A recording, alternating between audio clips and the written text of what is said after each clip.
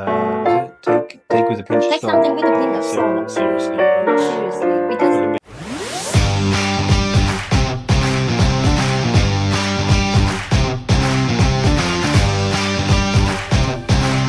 hello everyone. Hello. Today together, me and Jeremy, we will talk about food idioms. Food idioms. English people love food, right? And I feel like all the idioms, you guys throw a lot of food in there.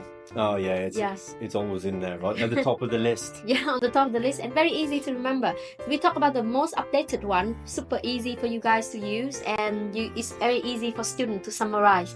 That's the best way for them to remember idioms. So what would be number one, Jeremy? Take it with a pinch of salt, or take something with a pinch of salt. I heard that you use a lot, yeah. Yeah, I think so, because it just means just be relaxed, don't get too stressed, and don't worry about anything.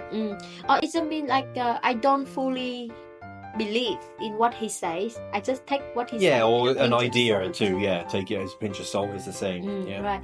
Second one, full of beans. My favorite idiom. If you are full of beans, like if Jeremy is full of beans, it means you are always full of energy. Or we say he has a boundless enthusiasm. Does it make sense? Yeah, full always of have beans. a lot of energy. Yeah, full of energy. I love that one. 3. In a nutshell. In a nutshell. What's that? What is nut? A nut. A nut is obviously a little nut, and then obviously in a nutshell. In a nutshell means. So, what would you say to me in a nutshell? In a nutshell, Jeremy is a very kind and warm-hearted person. Okay. In a nutshell. Happy? Okay. My favorite one, the next one is like 2 peas in a pod. Like 2 peas in a pod. Basically, it means look exactly the same. Or yesterday, I just taught my student, we say bear a striking resemblance to somebody.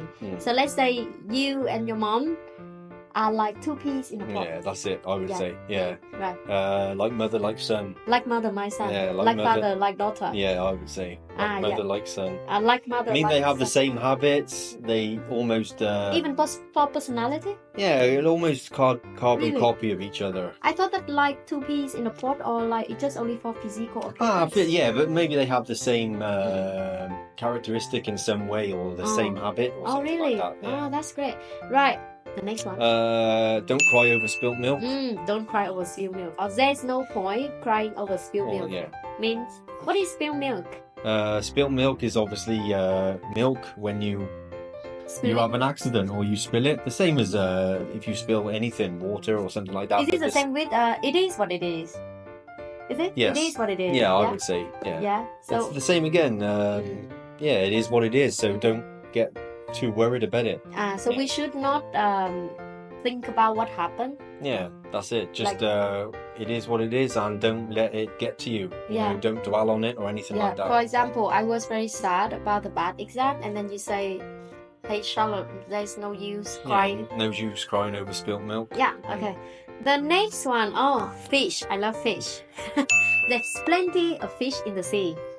That's very optimistic idiom. It just means like, don't worry, you still have a lot of options. I think that this idiom, they use a lot in terms of relationship. Yeah, in England, I think it's very popular. Like after the breakup. After breakup, they you say, would say in England. Don't worry, darling. There's plenty of fish in the sea. Right. And the next one.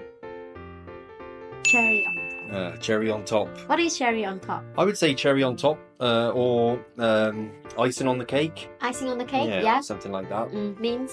Cherry on top. I mean, so I guess to... So let's say we have the cake here, and then now if we put cherry on top, it even makes the cake better. Yeah, and the icing is under the cherry. So it means that, to the top, yeah, so like the best, like top notch. Yeah, top notch. What would be the example for cherry on top, do you think? 2,000 years later. Maybe she passed the test with flying colours or something like that. And it's a cherry on top. Yeah, it's or let's say, let's say Ed Sheeran. He's a very famous singer. And imagine if he can even dance as well, or he had another skill set, and say, don't be cherry on top. Ed Sheeran? Ed Sheeran. Ed Sheeran. You know Ed Sheeran? Yeah, I know Ed Sheeran. What's your favorite song of him? I can't think of what it's called now. Something like I'm in love, shape of you, shape of you. It might be, but I would have to hear. Or thinking out loud. Yeah. Thinking out loud. Thinking out loud. Maybe, yeah. Very nice. The next one is bread and butter. Bread and butter. English people, they really love bread and they cannot live without bread and butter. They love bread and butter for everything. I feel like bread and butter is like the main source of income. Yeah. So like let's say teaching IELTS is my bread and butter. Yeah. Does it make sense? Yeah. It means that you're good at something. Also good at something? You're good at something, but you can earn money for that? or teach someone to do something. Oh, nice. Yeah. So it means that whatever you do is not difficult for you. Yeah. So for instance, like teaching IELTS, it's your bread and butter. It means that you worked hard, you studied hard, and you're good at your job. Yeah. Okay, that's or even an event or something. If you're good at some sport, then you can say, "Oh, it's his bread and butter" or something like that. It's a bread and butter. Yeah, it's his bread and butter, or it's her bread and butter. It's his bread and butter, or it's when we are very good at something. Yeah, if they're a good athlete or good swimmer. Oh, really? Or any competition. That's the first time I heard about that connotation. Yeah, I'd say you can say that. That means that it's just easy for them, even though they've worked hard, but now they've got to the pinnacle, right? So they're good at it. Oh, nice. Bonus for you guys. You made me think of the very common idiom, like breadwinner. Breadwinner. So if you are the breadwinner, it means you provide money for the family. So you see, food appear a lot in old English idioms. Make sure you use that.